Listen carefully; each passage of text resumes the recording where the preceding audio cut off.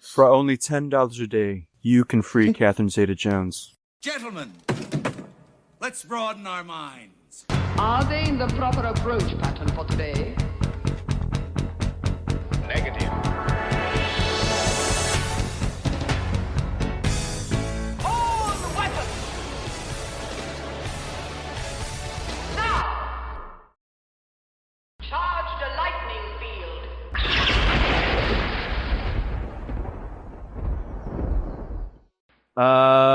Pause. Did we ever open the episode? Should we do that? No. I don't think we actually did, unless we're just going to roll with what we did. We can just, welcome back to Dispatch Ajax. This is Jake. Not Skip. That's Skip. And we're talking me. Highlander. Just gabbing about Highlander. Just gabbing about them Macleod boys. Gabbing about them damn Macleod boys. Got in the garbage again. Oh, man. What kind of pickle? How are they going to get out of this one? I caught him rummaging through the garbage again. You know, the creepy thing about them Macleod boys is them opposable thumbs. You gotta set traps. You gotta set up traps. You gotta put a jar with an egg in it. You gotta so you get yourself a Macleod. Quick timing note. Yes. So it is 4:00 currently. It's 4:00 somewhere.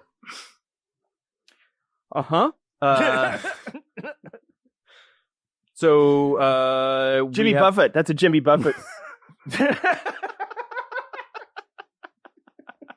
Is that the timing you're talking about? The hate bubbles inside of me. Urge to kill rising. It should be all right. Oh yeah, we'll play it by ear. I got an eye on the clock. I got the eye on the prize. I've got the eye of a tiger. No. It's because I won the gathering. And now I have the prize. We're talking about Highlander. Oh God, we are!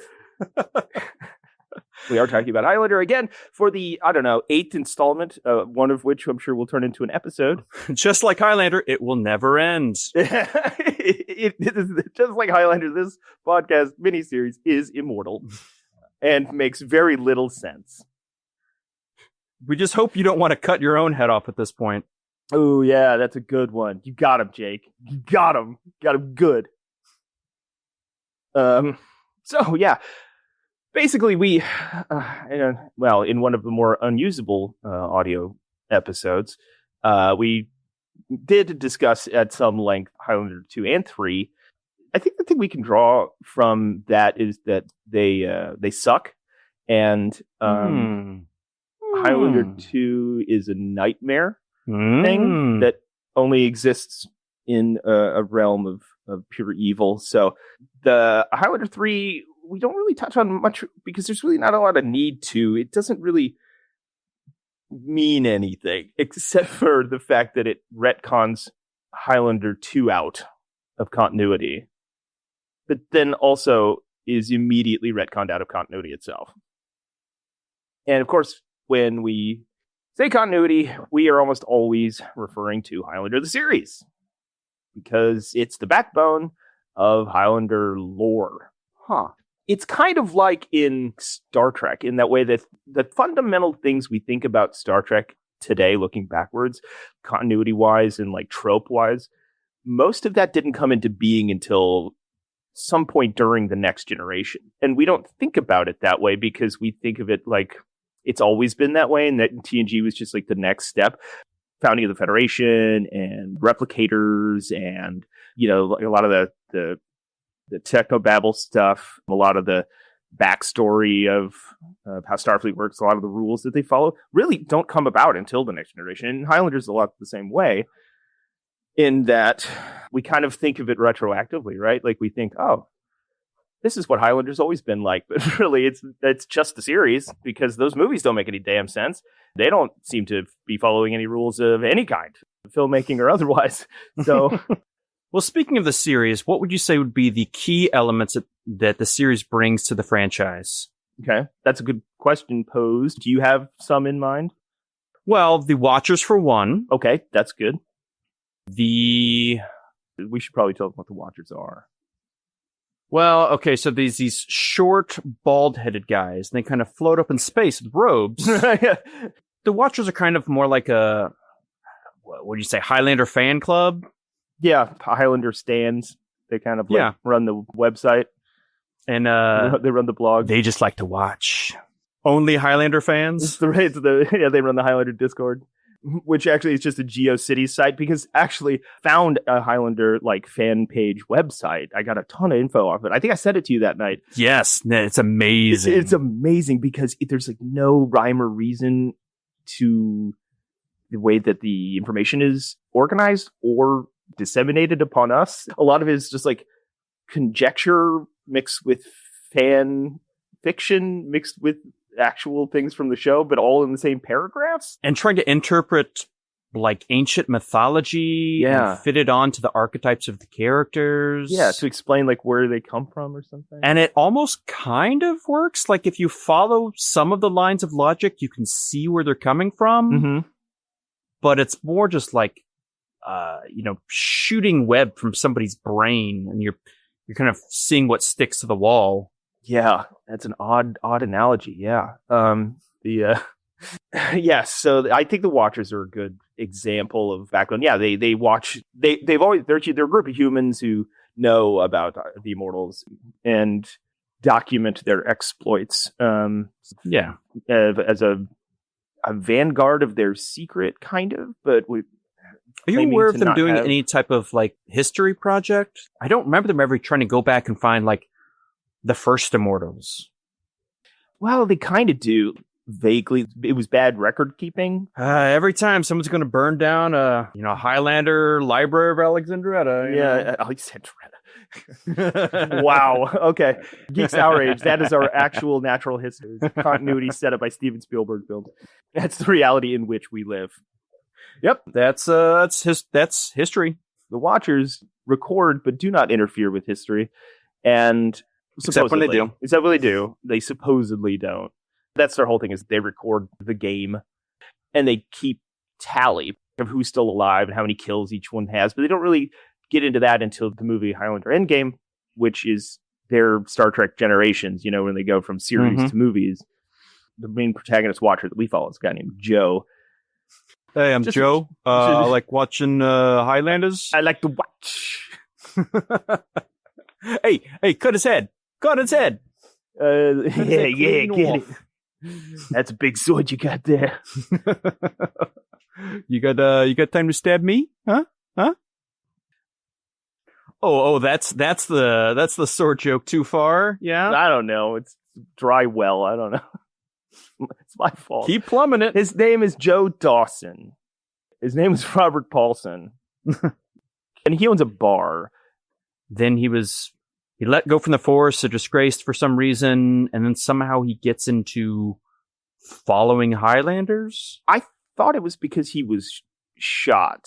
Because he has that cane and the limp. He's basically Frasier's dad. Yeah, a little nicer. Except he plays guitar every now and then. And he doesn't have the dog. But other than that, it's a dead bringer.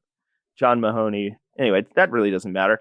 Nope, not at all. The Highlander thing is more important. So, yeah, Joe Dawson, the main Watcher, what they do is they record the history of Immortals and their plight and their foibles. But every now and then, Joe steps in to help Duncan because, why not? How did they get all the money to do this? How did they get the money in the free time? Yeah. It's wealthy benefactors, but who are these people? And what is their aim? Who are these people?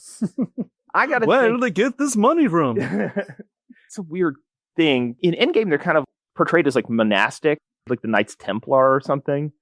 But I always thought that was just a few of them. That was like a sect of the Watchers. That's the sanctuary, yeah, where if you don't want to be in the game anymore, you go and you hide out there. I guess that's why it's kind of monastic, but it is a church. So I guess that's looking too far into that one. But I kind of have a feeling it's like, Russell Nash. They've just collected over time all this wealth and all this. Because there's no Lex Luthor out there giving them money, it's. How do we know? Well, I mean, they never say, but I mean, like, how would that work throughout history? Through all time? I mean, Well, how does it work that they collected money and didn't spend it over hundreds of years telling people they're watching other people? Oh, those people, those are immortals, and they cut each other's heads off, and then lightning shoots out, and they keep going on for hundreds of years. that'll be $20. Yeah, they're just standing on the street corner explaining the craziest fights they saw, and then people hand them money. Yeah, I don't know. It always kind of like bothered me. It's one of those things that they don't really get into, I feel, because you're just like, it just happens. Yeah, I mean, they do have a lot of resources. They have like their own like computer programs, Yeah. and like even churches need tithes or like donations. Yeah, it's like Joe. Joe is obviously not wealthy. Half his paychecks going to the Watchers, man. He's getting garnished every week. I feel like the Watchers are helping him own his bar and keep his life going, providing him with a car and those things. But where that money comes from, I'm just thinking like the inner workings of, let's say it's old money. Well, old money would be connected to powerful people. Mm-hmm. And so is the secret of Immortals and Highlander and Gathering, is that with those powerful people? And then what are they utilizing the Watchers for? What is their end game? Yeah, it's true, because if it's really benevolent, why would they keep doing it?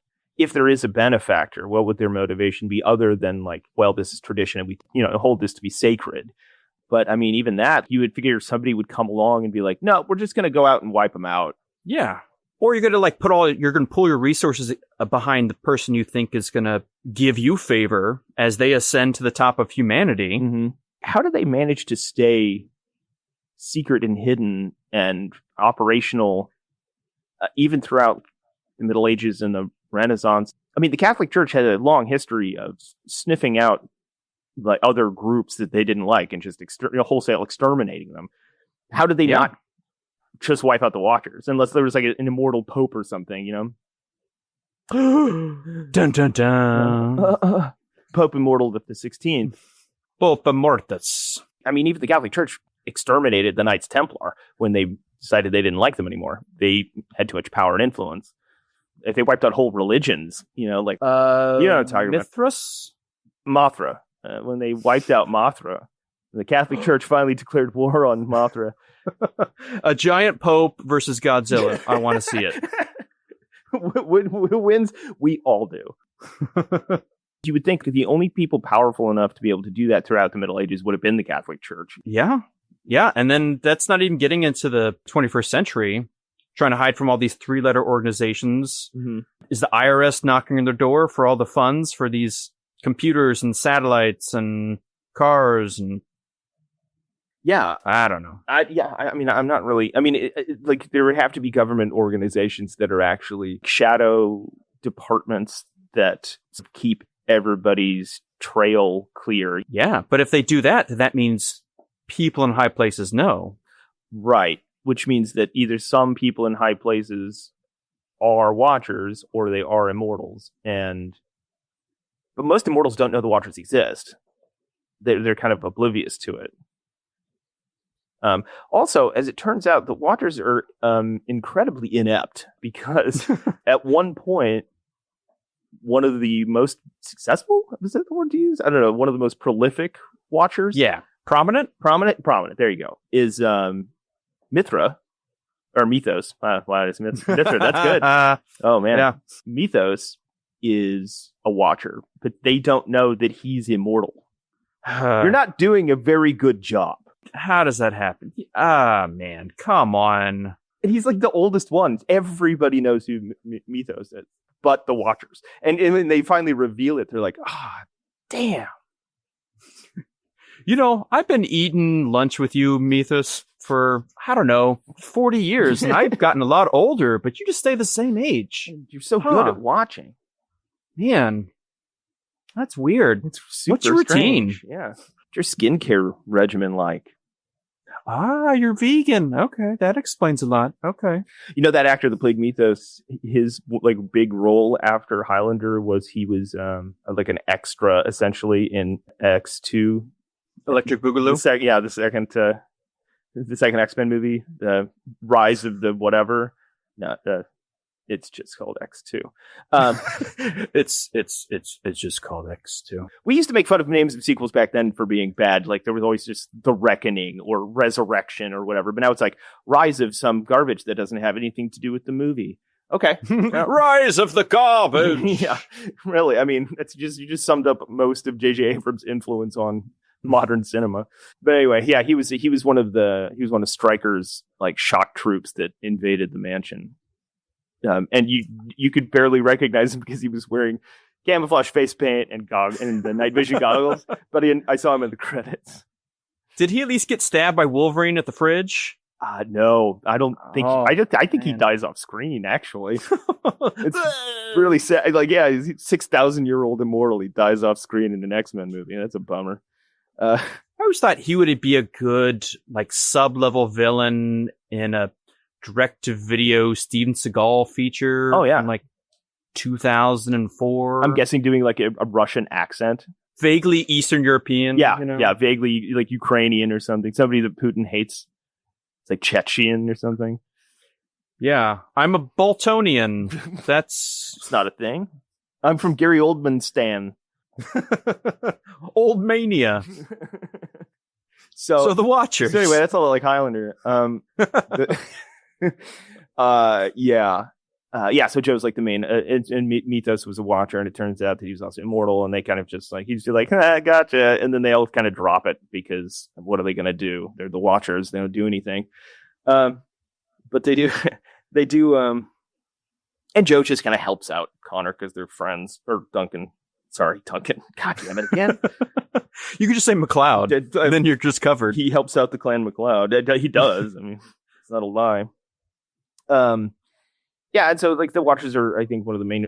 The show is unique because it's not the premise of the show seems to be set up, and not at the beginning necessarily, even though they do introduce the Watchers early on. But it seems to be set up to where like the premise isn't just following around a Macleod doing immortal things. It's kind of like they originally wanted it to be told through the eyes of the Watchers, like through, because like even Joe Dawson does the intro. He voices over the intro, and in like the later seasons, like seasons like 3 and 4, he's like, "This is Duncan Macleod, we're the Watchers, Yeah, and I feel like they were trying to do that to make it sort of like maybe as part of their pitch to get the show. Because otherwise, otherwise the pitch is literally just like, well, it's Highlander, but a show. Yeah, yeah, it's Immortal of the Week, right? Yeah, it is Immortal of the Week. Yeah, and all of the villains have names that start with K. It's a new thing we're trying out. It's like Klingons. Yeah, there's a lot of Star Trek parallels here. So the Watchers are, I feel like they're kind of the backbone of the whole thing. But they don't really focus on them as much as you would think they would. Well, that's also like, how much can you focus on them? Yeah. I mean, how interesting can that, if you're taking the story away from the Highlanders, what are you really doing? Hi, I'm Joe, I watch. Okay. He's just like in their bathroom, like behind the shower curtain, That's the entire series. Yeah, I mean, you're right. That premise is kind of a dead end. But so that's one of the fundamental pillars, I think, is that we now know that there are a group of people who have always known, which makes sense. I mean, like if immortals have been fighting since literally the dawn of time, since mankind's existence, then somebody's going to figure it out. See, having an organization that has a firm end point to go to instead of just, well, we just do this. I just watch TV because I need to watch TV. Who's going to watch TV if I don't watch TV? Right. That's true. Something's always on. Yeah. I mean, you could say the Gathering would be their sort of ultimate conclusion, but for being an organization that knows everything about them and records everything through history, they don't even know what the prize is. They don't know when the Gathering's happening. They don't know if it's happening right now. They don't know where it's going to be. They don't know what the prize even is. Well, let's be honest. Nobody knows what the prize is. I know, but if anybody did, shouldn't it be them? Not the characters, not the writers, not the directors. No, nobody. Panzer Davis, no clue. Just sounds like a Sega Saturn game or something. Panzer Davis coming this fall. Get it for your Jaguar system. For your Neo Geo home. For your 3DO.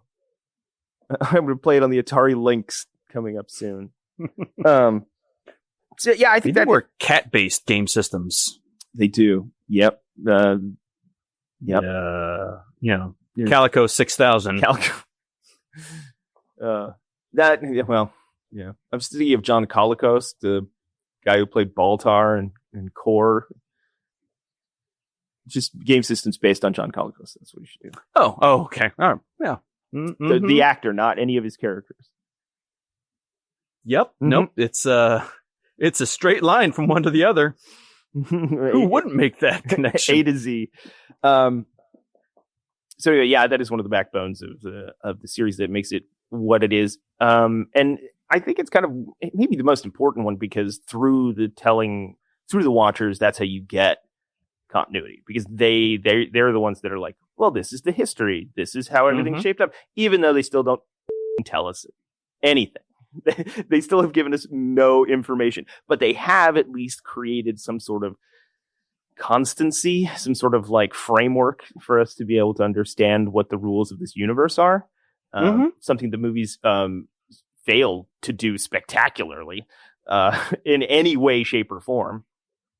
And as like we mentioned with Highlander 3, so a Highlander 1 happens, and immediately by virtue of it being a sequel, the ending of it is moot. It's retconned because Connor did not win the prize. The gathering it may not even be happening.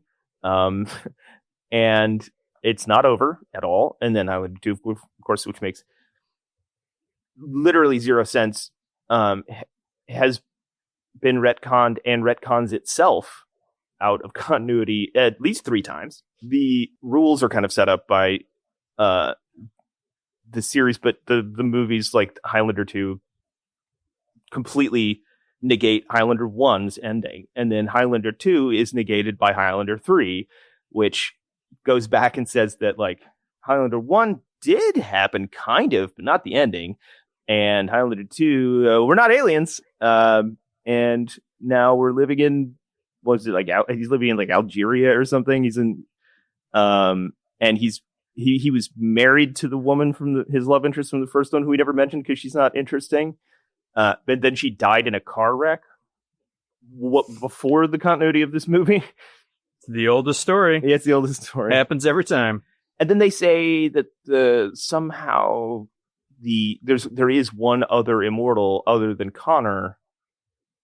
Even though they don't really talk about him having the prize, the other immortal is only alive because he was trapped in a cave by a Japanese wizard. Which... yeah, but then they just... there's your pitch. That's an elevator pitch right there. That's a good pitch.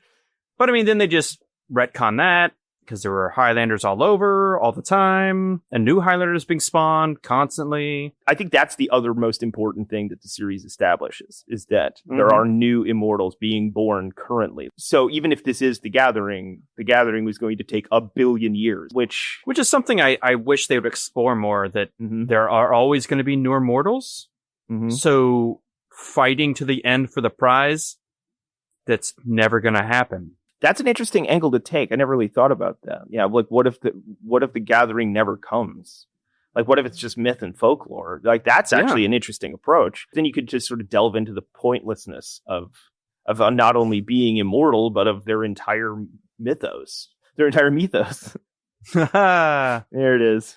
Innately, if you just had no point to like living forever, then you try to better yourself and better those around you.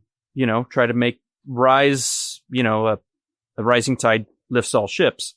Or the people who are like, I'm tired of this, and they just want to end their own existence. Wouldn't there be 3 archetypes? Because you'd have the anarchist nihilists, you'd have like the Kurgans. You don't have to worry about them, they're just nihilists. Must be exhausting. Then you have the altruists, like the Macleod boys. Those damn Macleod boys. That's what Endgame should have been. It should have been Dukes of Hazzard with two not Scottish men playing Scottish men. Now you see them there Macleod boys, they're caught in quite a bucket of syrup. I guess you do carry syrup in buckets in Canada. I mean, that's a cop buddy movie waiting to happen. Like, I totally watched them Macleod boys. The Macleod boys got up into a ruckus. They were caught in the fracas down by the creek. Well, but it's like least charismatic immortals. I was like, I'm Macleod, you're Macleod. So we both had long hair at one point. Yeah, that's a show that happened. This is our show. Yeah, we got haircuts. As bad as Christopher Lambert's hair was, it basically was the exact same haircut as Mel Gibson from Braveheart. Oh, in the first movie. And so you kind of think like, I guess it's a Scottish thing. I guess it's a medieval Scottish thing. But that doesn't explain Duncan's like romance novel haircut. He keeps in a Seagal style ponytail the entirety of the series. Skip. It's called being sexy. Try it out. I wear a lot of loose silk shirts. If you just described the aesthetic of what's supposed to be the sexy, leading man, Duncan MacLeod, it just sounds like an archetypal swinger. Like he's like an 80s like cokehead swinger guy who owns a hot tub. I would love for some Highlander to come at night and he's just in like this half undone, fluffy robe. And he's like, "Come in for a drink, why don't you?" He just looks like Alfred Molina from Boogie Nights. This is the good bit of the song. That's the Highlander we deserve. Because you got to know there were years where you're just like, you know what? I'm moving to Colombia, and this is just my life for the next 5 years. The show is French-Canadian. We have to mention that. It's not an American show. It's a French-Canadian produced series. Man, that franchise really is kind of worldly, isn't it? The second movie was shot in Argentina. The first one was shot in Scotland. The series is shot in it's a contractual thing for their production, but half of the show has to be shot in France, and then the rest can be shot in Canada. So like there are whole seasons where Duncan is just living in a houseboat in Paris. He can see the Eiffel Tower from his houseboat. That sounds nice. Like, where did he get that money? Where did Duncan get his money? Well, let's see, the Highlanders, they all make sense. Them all having money and being rich, I get that. You could put money just in a bank, let it accrue over time. Yeah, you give a gold Krugerrand or whatever. Having them be rich, I get that. And it makes sense. Having a destitute Highlander is like, wow, how bad did you have to up? Okay, but this brings up an interesting existential thing about the premise of the franchise, right? They all do have money. Well, I mean, some of them don't. There's that weird rednecky one that we always the Mark Singer one. Yeah, it's the Mark Singer one where he's when it's the Beastmaster Highlander in the hills, where it's Deliverance, but he's immortal. Yeah. Your girlfriend got a purt in my house. Yeah, that's exactly what that. He even does the accent. It's actually probably more like Southern Comfort than it is Deliverance, but it still tracks. They all have money except for a couple of weird, crazy rednecks or schizophrenics. And to do that, you would have to think that they would have bought land or bought property in the 1800s. Then why don't they control more of human society? Like, why aren't they all super rich and powerful, controlling what humans do? Because that's when you get famous. That's when people know about you. You got to stay hidden. But a lot of them hide their wealth as it is. So like it's in a trust. Like we owned this property in a trust that's owned by a foundation and a shell company. You could very easily I feel like they don't get into, I understand but if you're Andrew Carnegie, the Highlander, okay, people are going to interview you. You're going to be known. It's going to be tougher to fake your death. There's too many complications with becoming that type of wealthy and famous. Well, I mean, if you're Richard Branson or something, yeah, but I mean, but I do think it's dangerous to, have, I don't know, Macleod cars, and. Right. I mean, you have to be subtle.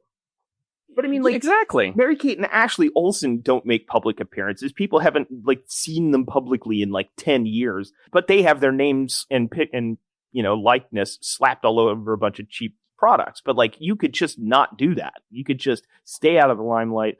Yeah, but when does that end? Well, They just fake their death? And yeah, then why not? They do that anyway. That's already standard practice for immortals in this universe. yeah, but why wouldn't you just want to be wealthy and not famous? Why do you want to have, media control or some giant organization with your name on it? Some of them want to be anonymous, but still pulling the strings, just like certain people do, like the Koch brothers, they just want to they don't want to be seen publicly. They don't want anyone knowing what they give money to. They just want to give the money and reshape the world in their image, like Netanyahu's father or, people like that. They just want to reshape the world without anybody knowing. Well, I mean, I'm sure there's probably some immortals who did that, and they make calls to Ronald Reagan, Sure. Let's talk. Let's see that. I want to see it. That's what I'm saying. Why don't they do that more? That's an interesting idea. If you want a villain, if you want a good villain, give me Lex Luthor. Don't give me a Parasite or whatever. Don't give me something that is solved by, something that is. I'm saying something that is solved by punching it. Don't give me that. Give me the evil. That's why Lex Luthor is Superman's greatest foe, because you can't solve Lex Luthor by punching it. You have to he's an existential villain. That's a movie I'd like to see. Or how about a Highlander stages the death of another Highlander and shows him coming back to life? He's on the run. A real Blade 3 situation. We got a Blade 3 here. Yes, that's right. Do we have to Blade 3 it? It's a movie that exists. Sorry. It sucks real hard. Should be sorry. That's the real villain in the whole DCEU problem. It's David Goyer. And people don't talk about that, but it is. He's the one that ruined all of it. Well, he is. I don't think it's any one person's problem or fault. Okay, I think it's two. It's Zack Snyder and David Goyer, okay? Anyway, we should not be talking about David Goyer right now. This is your fault. You did this. It is my fault. That is my fault. Yeah, I think you either have those few people behind the scenes, or I think you have what I think we talked about Kurgan a bit, who's like, I don't care about people. I don't care about these petty humans. I'm above them. I'm going to live thousands of years beyond them. What they do doesn't matter. And they just live their own life forever. Okay, so the series introduced the Watchers and introduced new Highlanders being made all the time. I can't say that it really did a whole lot more for the mythos beyond that, other than just fleshing things out. Well, one important thing it seems to do is set in stone the idea that Highlander 1 did happen, 2 did not, 3 did not. Of course, in the first episode, Connor shows up. Right. Christopher Lambert himself is there. They do an immediate retcon of what we've already seen by showing flashbacks of being buddies throughout history. They're Macleod boys. And then they fight Bull from Night Court, which is the matchup we were all waiting on the edges of our seat for. Yeah, that's probably the most important thing that the series does. And it only happens in one episode, but that it establishes that almost everything that happens in Highlander happens, except goes out of its way to establish that even if this is the Gathering, there are other immortals. That was not the final battle. That was not the prize. That was not the final battle. Just cut the last 5 minutes off of the end of Highlander, and everything's fine. So, I mean, I think those are the three basic things that the series really brings to the table. Well, the show did get us to the final Highlander movie that matters. Endgame, yeah. Which clever title. It's the last one that's not terrible. It's not even good. It's really not good, but it's better than some. It is. Most? I think it's just that our expectations are so low that it's not completely awful, and so we think of it as being okay. Yeah. Well, and it does. I think you and I both appreciated it for the reasons that we just brought up, is that it helps establish the continuity and canon and rules as sort of sacrosanct, even though it completely goes against all of that stuff. The plot of the movie completely ruins everything the show sets up. That these rules are, die hard rules by having the main villain being so insidious because he fights on holy ground. And it's like, okay, so you can just do that now? Like, they made that a huge deal in the show. You can't do that. And of course, he does it, which on paper, you're like, oh, he breaks the rules. That's crazy. Good idea. But then it's like, why? I don't know.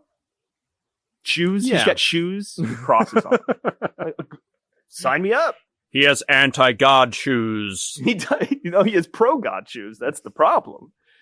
I always took it, like, the only way I could rationalize it was that, because he was the son of a priest, that his, like, Christian I think it's called faith. Preacher Man. Yes, that's true. Yeah, Yes. I apologize. Yes, that is You the should. nomenclature.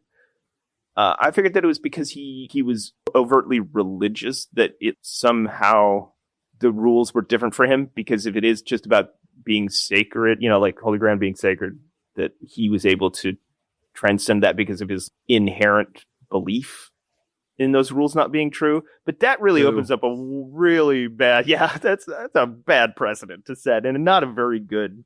I mean, that should never have left the writer's table. It's what? Did you see what he did? He broke the rules. This guy doesn't around. This is not your grandpa's Highlander. He'll kill anybody anywhere. Yeah. But of course, they then remove that in the DVD version. Oh, they did not have them. Yeah, in the theatrical version, Mythos refers to the sanctuary as holy ground. But because so many people are upset that, immortals are killed on holy ground with no consequence, afterwards, in the DVD version, all references to the sanctuary as holy ground were deleted. So that's only because we saw it in the theater. They called our house to ask us to watch the movie. This actually happened when Jake and I were roommates in college. We got a phone call that Jake answered the phone, and it was someone asking if Jake was interested in future updates of the Highlander movie franchise. and I just remember you going, yes. Obviously. How did you know?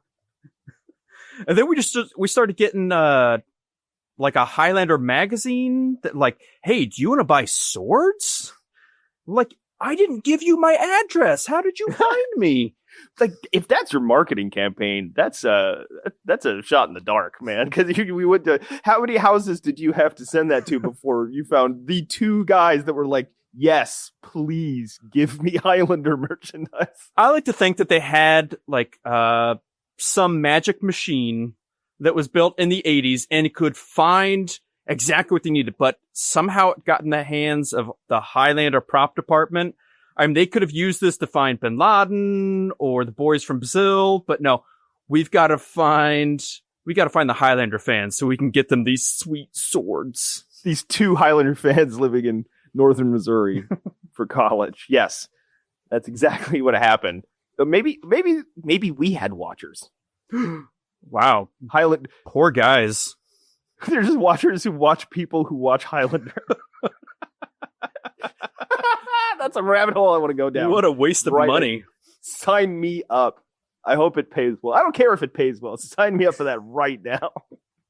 I just want to know what they're reporting back. Like, oh yeah. So it's Friday the 13th. He has jerked off for the third time today, and he's put on Dune again. So, yeah, he's not even watching a horror film. No. Huh. Hey, is that a sword? Oh, no, that's the one from Lord of the Rings. Yeah. Oh. That used to go off if you... Jake used to have a toy sword from Lord of the Rings. That was awesome. Yeah, it made noise and lit up like you were fighting, like you were sword fighting. It was Sting. But if you stepped too close to it, it would go off. Like if you breathed on it or looked at it it would go off. And so you had to creep around the upstairs just to keep that sword from it sounding like you were Errol Flynn in a sword fight. It was good for all catching any thieves or. But then I did buy you an actual ragabouts. Highlander sword. Yes, you did. Yeah, one of the many cool items you've gotten me. No, I didn't get that much stuff. You got me way more stuff, but I remember I had the chance to buy it. I was like, when is this going to come up again? I did. So I bought Jake a replica Clan Macleod Claymore from the first Highlander. I'm like, I've only got of course, two swords. Later, well, and one's well, no, all right. That joke's just going to leave. I'm going to leave that dangling. That's but then of course high in sight. The only thing I didn't, anticipate is that you would eventually work in a comic book store too, and then now you have access to that stuff all the time. They don't have so many swords and previews anymore. They stopped doing that. Oh, they don't really? Yeah. Oh, really? Yeah, it's very rare. We had a guy. I think one of the reasons we were able to do that was because we used to sell a lot of swords and stuff, like on consignment through this other guy who ended up opening a sword shop. He his entire job was selling swords at like Renfest and stuff. That's nuts. How do you get? Yeah, and he was that? like two doors down. He was like he just sold swords and knives and stuff. You sure he wasn't 3 doors down? Well, was he doing military recruitment propaganda commercials that would air before trailers in movie theaters? Because if not, I can't tell. We will never know the truth. We'll never know the truth. So in the show, it just follows around Duncan Macleod, who's Connor's cousin, which that's cheap, but whatever, it's fine. At least they weren't like, at least he was, younger. Like he was born decades later. I'll give him that one. At least there's that. It's not like they were like twin brothers or something, and then they just kind of like shoehorned a retcon into that. At least he was like, born 40 years later or whatever, 80 years, whatever it was. Some amount of years later. Your immortal, they all kind of blur together, I'm sure. But, and then in the show, he has, unfortunately, as you aptly put it last time we talked about this, it does, one of the good things about the show in showing us that there are new immortals being made all the time, by doing a bad thing, by giving us the character of Richie, who is the Wesley Crusher, of the Highlander franchise. It's an astute observation that I had not thought of. Yes, he's the most annoying thing. He's got nothing. No, he's the Jonathan Brandis in Sequest. He's at least he was a heartthrob.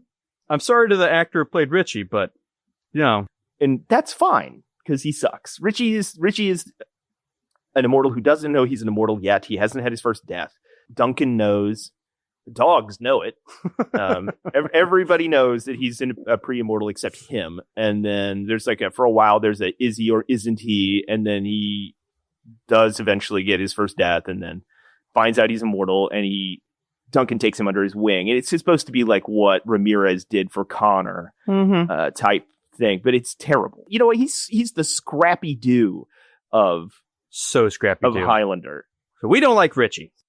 We're talking about the character of Richie. Yes, we're talking about the character of Richie. I feel very badly that actor died. But Stan Kirsch was his name. He was 51. You know what the archetype is. You know what it is. It's just he's the character to bring you into this world. It's the stand-in for the audience. So you're like, oh, if I was just a normal person and I became a Highlander, that's what this would be like. Right. They probably had all right, Richie's going to be the focus this season. It's like, oh man, this sucks. Everything's good except for this guy. That was kind of set up to be the premise of the show, is that the everyman, any kid off the street, could be immortal, which is, I think, one of the appeals they were trying to make. Mm-hmm. They don't really use that as their premise for the rest of the show. One of the weird things that the show does is it is a success. I mean, it's a successful show in that it keeps getting renewed. And apparently it does well in Europe. I think that was one of the ideas, was that I think the movie did well in Europe. So they were going to try and appeal to the international crowd more than the American crowd. Because, it didn't have a network. It was on at 10 o'clock on a Saturday night on Channel 62, when we were kids, which, for people who don't know, that's essentially what the movie UHF is based on. It was a UHF station that didn't have a network affiliate. That used to be a thing where they just showed syndicated stuff all day, every day, which ruled for a long time. Yeah, we loved it. Yeah, it was all B movies and It's always like, it's Sunday at 2 p.m. Here's Battle Beyond the Stars. And I'm like, sweet. Yeah, all right. Up next, Sky Pirates. Followed by Ice Pirates. One of the weird things that the series does well, I mean, people do seem to like it. I think it does well because it appeals to people like Star Trek fans who like continuity and rules and structure in world building. So it does a pretty good job of that. It is just Immortal of the Week, but they do get into some really interesting themes, and we touched on that before, like some of our favorite moments from that. But then it's so successful that they want to try and spin off. Here's where it gets weird. So they know they want to spin off because they know that this show isn't going to last forever. They know that they want the Immortal to be a woman. They don't have a woman in mind, but they've already introduced the character of Amanda Grayson, who's another Immortal who's basically Catwoman. She's just Catwoman. She's a thief and a con artist who is also immortal. And she, is the on again, off again. Are they a thing or not? But they do bang in a few episodes kind of character with Duncan. And at one point they introduce, I think it's like 3 different female characters with arcs that they're like, well, one of these is going to be the spinoff, lead. We just need to find out who's good and who isn't. That's when you get a bizarre love interest who's also from the clan Macleod in Scotland in an episode when Duncan goes back to reconnect with his roots. Got to keep it in the family. Guys, I mean, there's far removed, obviously, but that doesn't go anywhere. A lot of them don't go anywhere. That's kind of Highlander's thing. Exactly. So essentially, they kind of like settle on Amanda Grayson as the lead for the spinoff called The Raven. It was a disaster, but also one of the most bizarre experiments and set of circumstances that has ever befallen a TV show. Amanda, who's played by Elizabeth Grayson. She used to be, what was she, Miss America or Miss USA? She was one of the two. She was small town of Arkansas, a year after traveling the world as Miss America, 1982. That's right, Miss America, 1982. So Bill Clinton sleeps with her in 1983 when he was governor of Arkansas. But in 1992, that comes up again when Bill Clinton's running for office. And then, of course, during the Kenneth Starr investigation, that gets all dug up again. And poor Elizabeth Grayson is put through the ringer once again, being subpoenaed to testify before the special counsel looking into Bill Clinton. Here's where it gets really weird. So the man that she's married to while working on the show is a nutbag. He's completely controlling and paranoid. He's like a paranoid schizophrenic, essentially, and thinks that everyone's out to get her. Now, some of the paranoia was fueled by the fact that she was being investigated by Kenneth Starr. And I guess that just put fuel on the fire, but he apparently was controlling of everything that she did, of like what she ate, what she wore, like when she was available to be on set. He completely dominated their relationship in a really abusive way. And it got to the point where, that she was married to, she believed him. And so like the way they were able to get out of testifying in front of Kenneth Starr was to, they would randomly leave in the middle of the night to go to Las Vegas or the Caribbean, or, they had to scheme to make sure that she was shooting out of the country for The Raven when her court appearance was supposed to be, so that she couldn't come back. And so she managed to dodge it, but according to some investigation done by other websites, and this is from an article from a website called Scream Sheet, she was dating a guy who seems to have been both a skilled con artist and an asshole. He convinced her that he was the U.S. ambassador to the Cayman Islands, which was not true. He convinced her that her co-star, Paul Johansson, on The Raven was a government spy trying to get information from her. And the whole show was kind of like set up as like a moonlighting with immortals thing, because he's like a cop and she's a criminal, and is there a will they, won't they? But there was no romantic chemistry between them because she was being told actively that he was a government agent spying on her and that she was going to be arrested any minute. And so that didn't go well, apparently. But apparently he was also an asshole.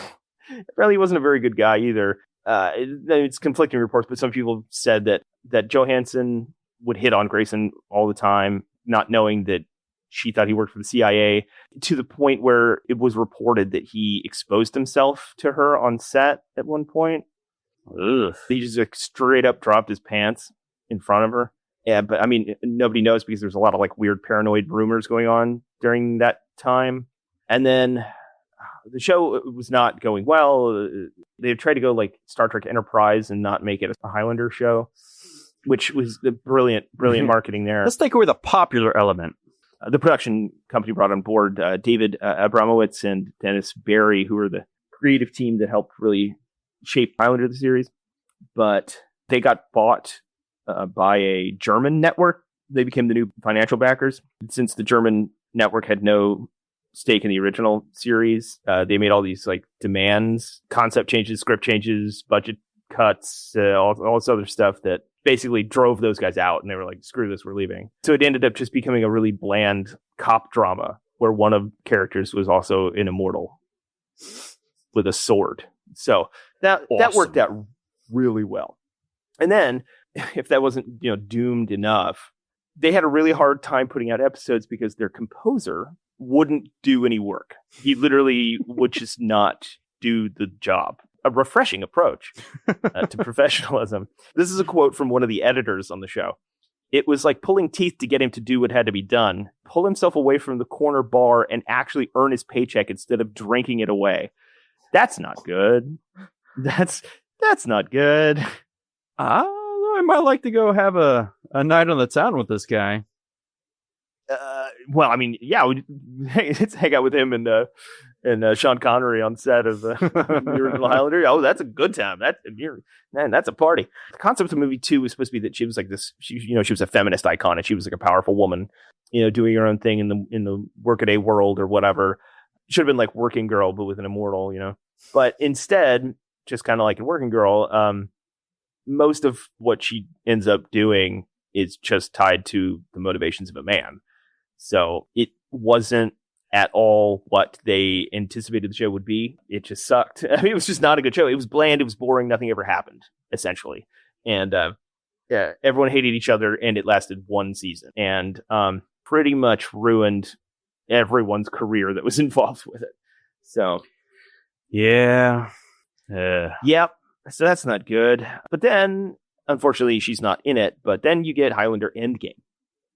Yes. Which the end game has come. The end game has come, finally. Yeah, it's great. And then it's not great. It's not great. Yeah, it's not very good at all.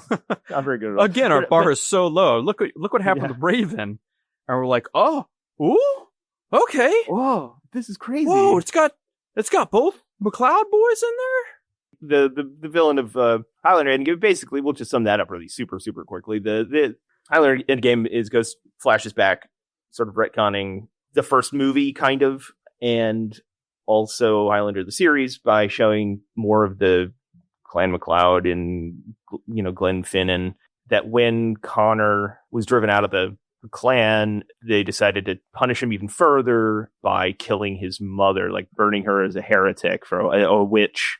And he goes to try and rescue her, and he ends up killing the priest of the village, which happens to be the father of another immortal who doesn't know he's immortal. Mm-hmm. Eventually finds out he's immortal, and then goes on a billion-year, vendetta against Connor. And why he's never been able to find him in all that time, no clue, because it's been 400 years.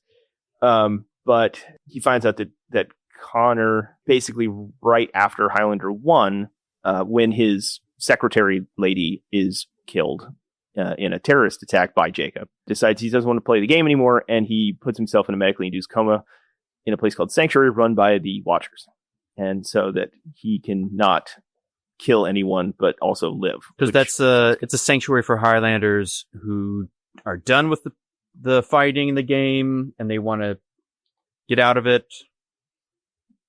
So they're protected, but they don't have to live this ongoing life and keep fighting other immortals for eternity. Mm-hmm. And Jacob he's Mr. Badass Highlander. He's killed all these Highlanders and he keeps getting these levels up from every Highlander head he pops off. That's why they do video strong. gamify this. Yeah, they really do. Yeah. Which, I mean, I kind of like, though. It adds another dimension to the rules of it. Like, it shows that you're a more badass, like, fighter the more people. It's like the One with Jet Li. Yeah. You know? Yep, exactly. And they don't really, they kind of hint at that in the series more than any of the other ones, but like, okay, yeah, they do. They have power-ups. Every time you kill a boss, you power up. And they're like, okay, all right. Yeah. So he's so strong that neither of their Macleod boys could possibly take him on just at one, because they'd lose. Because that's a rule. Because it's a rule, you can only fight one at a time. That's true. Which this movie also breaks because they have because he is a gang of immortals, including Donnie Yu, as the Asian one, and who knows martial arts. Yeah, kill a bunch of other immortals as a roving gang of miscreants, like it's Clockwork Orange, and his bloody well droogs. So then they have to decide, well, we've got to end this because he's broken into the sanctuary and killed all these other immortals. And if he keeps going on, he's going to get the prize, blah, blah, blah. Connor decides to sacrifice himself and give his power to Duncan. And so that he put Duncan in a situation where supposedly he couldn't do anything to get out of this like sword trap. Other than cutting off Connor's head makes no sense whatsoever. You could just be like, or drop the sword, you know, like, or just not do that thing. No, it's a dire win. Possible. You know, that's the only moves you can do from that particular sword thing, that's the same move they do at the end, right? It's like the special maneuver. Yeah. That's the callback. The end is the callback to it. They set it up. And it's stupid when they set it up because they're like, what other purpose does this scene serve other than to show what you're going to do at the end? Right? I mean, it's like completely. Yeah, it's like 400 years ago, he taught me this weird sword move where you lock swords together behind your heads. And I'm sure this won't come up again later. And then no one mentioned it again. It's like, okay, what? So there's your movie. Here you go. All right. So skip to the end. They've had big battles. They're locked in eternal struggle. They introduce another retconned love interest. Yes, which will then play on later. Yeah, no, she's probably like my favorite part. Probably the only really redeeming thing from the movie is that his love interest is a woman who wants revenge on him because she was a pre-immortal, didn't know it. He wanted her to live forever the way that she was because he knew she was immortal. And so he murders her on their wedding night. Yeah. So that she'll stay that way forever. Wow. Yeah. That's some heady shit. That's the rough one. Woo boy. Yeah. That is a heady elixir we've got there going by. Like, finally, we've got some moral ambiguity and some, Yeah. Sweet. Faith is one of my favorite parts of the whole mythos there. The mythos. The mythos. Yeah, but then, of course, Duncan wins in the end, killing Jacob. Head off. All the power. He's now over 9,000. And of what unit of measurement is that? Highlander points. He's 9,000 heads strong now. I think if you were to add up all of them and be around 1,000, maybe a little lower. Yeah, I think it's just under 1,000 because like he had 175 or so, like 176. Connor had 220 something, and Jacob had 661. So yeah, it'd be almost 1,000. Yeah. Yeah. But I mean, but that includes all the people that those immortals killed. Yeah, which then goes back, well, oh geez, well then you go back what those immortals killed, it's infinite. Yeah, no, it's yeah, because Duncan now has Kurgan's power and memories and all that crazy shit. Yeah, which they also barely touch on ever. Except in that one Superman 3 arc where which was a cool arc. It was good. Except it gets kind of weird because he like goes to like a Native American shaman or whatever to purge his evil quickening out of him or whatever. It's a little problematic, but it's a good idea. You know, that's the thing that the show does. It takes these questions that we have and then it actually tries to make them episodes. Like it tries to explore the universe by giving us rules and then, well, eventually breaking them, but giving us rules and then playing within the universe's structure, which is great. Which is what we wanted. Which is exactly, it's the whole reason we love this season. I mean, this franchise. Yes, this franchise in itself. It's all about these cool ideas that aren't really defined too well, but gives us so much room to think about them and play in our heads. That's true. And quickly before we wrap this episode up, because we're going to have to do an episode where we devote entirely to how we fix the franchise from sucking. We promise you, Highlander will end at some point. It will die at some point. You guys, there's a bunch of episodes you guys will never even hear. So then there was Highlander The Source, which came out, it was a sci-fi original. So I'm right there. You're on the right path. In 2007, where it's set post-apocalyptic Earth and it's a weird hero's journey thing where they're crossing the wastelands to find the source of the immortality. They're not looking for the prize anymore. They're not worried about the gathering. They're looking for the source. Which is also extremely ill-defined. Mm-hmm. And even when it happens, essentially, the source is about being able to have kids? Yeah. So one thing that I read was interesting, and I think, yeah, that's bad. That part is stupid. The source. But like they treat the source like the prize, because they've talked about the source before, and they talk about the prize, but they treat the source like it's the prize. Oh, we found the source. Now we can have children. That's not a source. That's a prize, I guess. Like that's not a source of anything. I mean, none of it really makes sense because there's also they introduce these super Highlander archetypal beings that like are involved. The guardian of the... There's the guardian, and then it's all these old Highlanders who tried to get to the source, got close, were rejected by the source, and then turned into different elemental forces. So like one's like a blade-like slug dude. It's bizarre. They really, really went off the deep end on that one. None of it makes any sense. Even the people involved are like, no, that never happened. That movie was a fever dream that Duncan had. Like, oh, okay. All right. That's official canon now that he had a bad dream and it was Highlander the Source. Yeah, that was a whole year in Bogota where he was just on mescaline and ayahuasca. That's what the source was. It's that one season of Roseanne. It's just like none of it really happened.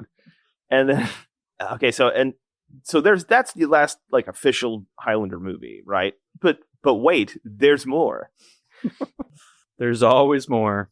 There's always more. There were a series of fan movies produced, which normally either you get sued for or they're just terrible or both.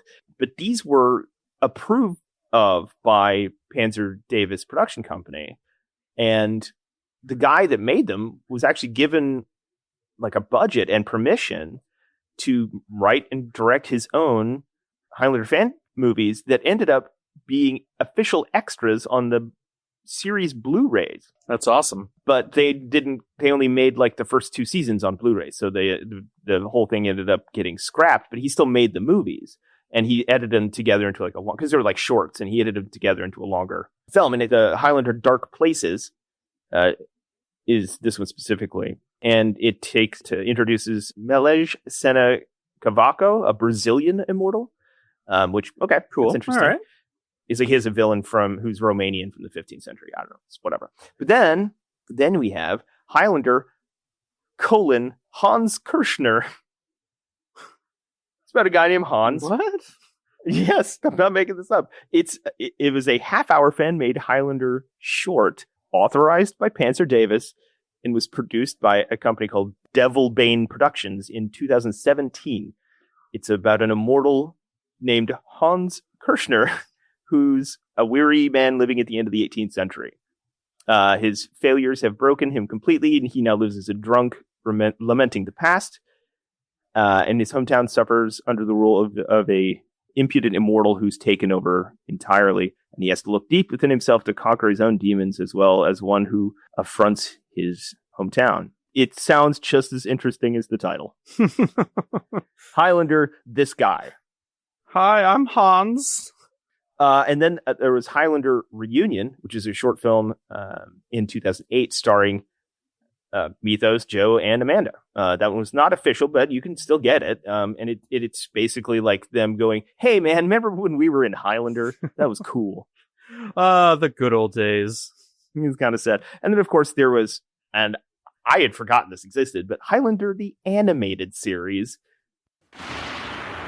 7 centuries have passed since the Earth plunged into darkness. 7 centuries since the Jetitor swore to regain for man his lost knowledge and freedom.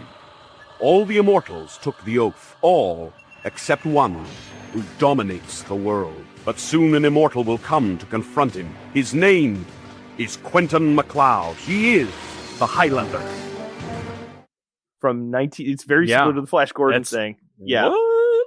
94 to 96. So this comes out the same year that Highlander the Final Dimension is in theaters and Highlander the series is on TV. This is peak Highlander fever. They had toys, they had tie-ins with stuff apparently, but it completely ignores the canon set up by the show, and in it, which is bizarre, Connor is killed before he even fights Kurgan. And this movie then, just like the source, fast forwards to like 500 years in the future, where immortals have all agreed to a truce for some reason to stop fighting. And then once everyone else has taken this oath, it's unbreakable. It's like a enchantment. But a Kurgan knockoff named Cortan. At least they kept the K. They kept the K thing.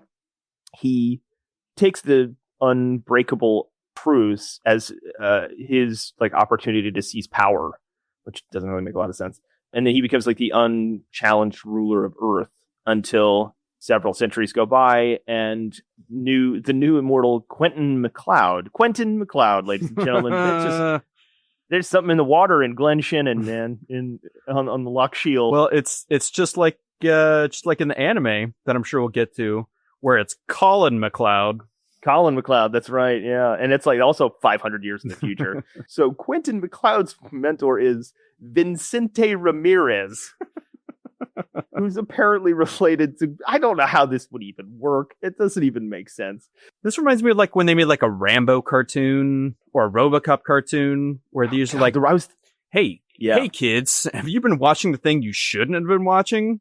Well, here's a cartoon for you. I was just thinking about that yesterday because I was thinking about the Toxic Avenger cartoon. Yeah. And I'm like, why are kids watching this? Like, who?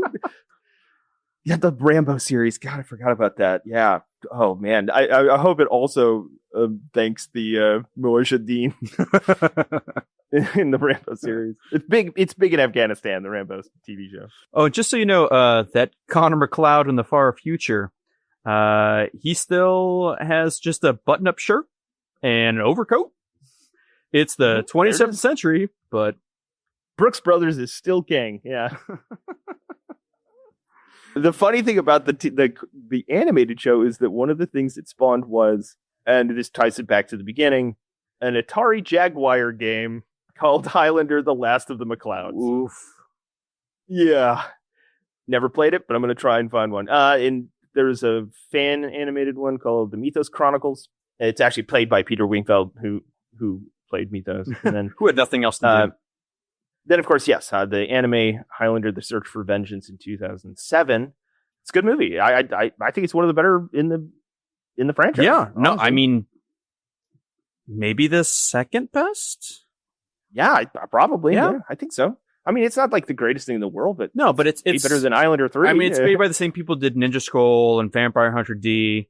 It definitely has that vibe, that aesthetic the whole way through, which is a great aesthetic to use for Highlander. Yeah, the animation's great, and once again, it's a post-apocalyptic future where the immortals are wandering the wastelands or whatever. I don't know why they keep doing this. Nobody gives a shit. Just stop it with that. It's basically the last movie. There's a stupid YouTube show that uses the action figures and make it a comedy, it's like sitcom thing, the Connor and Duncan show. And then, of course, they've been saying they're going to reboot the franchise for, I don't know, like last 20 years. Which is something we will most certainly get into the next time you hear us. 1993. It has been 6 years since the death of Brenda Wyatt, the wife of Connor Macleod. It has been 6 months since the death of Tessa Noel, the fiancée of Duncan Macleod. The Highlanders reunite to make amends and begin happier times. No one has ever known they could do a Highlander show on YouTube. Until now. Please, go away.